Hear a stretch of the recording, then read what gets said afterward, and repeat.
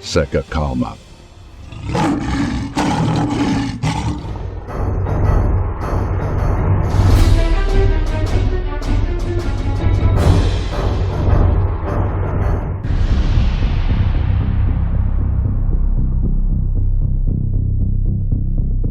Putin acelera caminho para a Terceira Guerra Mundial com planos de ataque da Rússia à OTAN.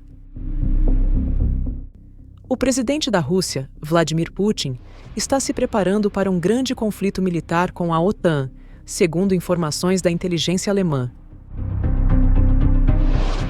Os responsáveis pela espionagem em Berlim acreditam que Moscou enxerga um confronto mais amplo com o Ocidente e está disposta a usar a força militar para atingir seus objetivos, além do que já acontece na Ucrânia, conforme um relatório que foi vazado. Segundo esse relatório, apesar de não haver uma ameaça imediata da Rússia à OTAN, Moscou pode estar se preparando para uma guerra convencional em larga escala até o final da década. Segundo o relatório vazado das Forças Armadas Alemãs, destacam que, embora a guerra na Ucrânia já dure 3 anos e as tropas russas tenham enfrentado grandes perdas, isso não diminuiu a capacidade bélica do Kremlin, que continua produzindo armas em um ritmo acelerado. Os relatos indicam que a indústria de defesa russa está fabricando mais armamentos do que realmente precisa para o conflito na Ucrânia e pode aumentar essa produção ainda mais.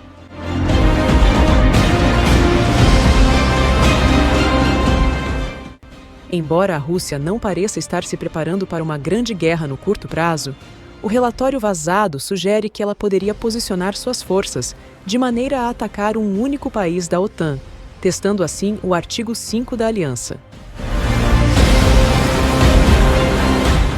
Esse artigo é fundamental para a segurança da OTAN, pois estabelece que um ataque a um dos seus membros é considerado um ataque a todos.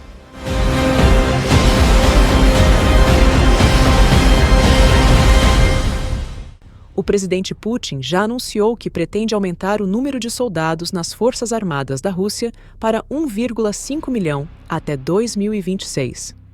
Esse aumento é visto como uma parte importante da estratégia do Kremlin em relação à guerra.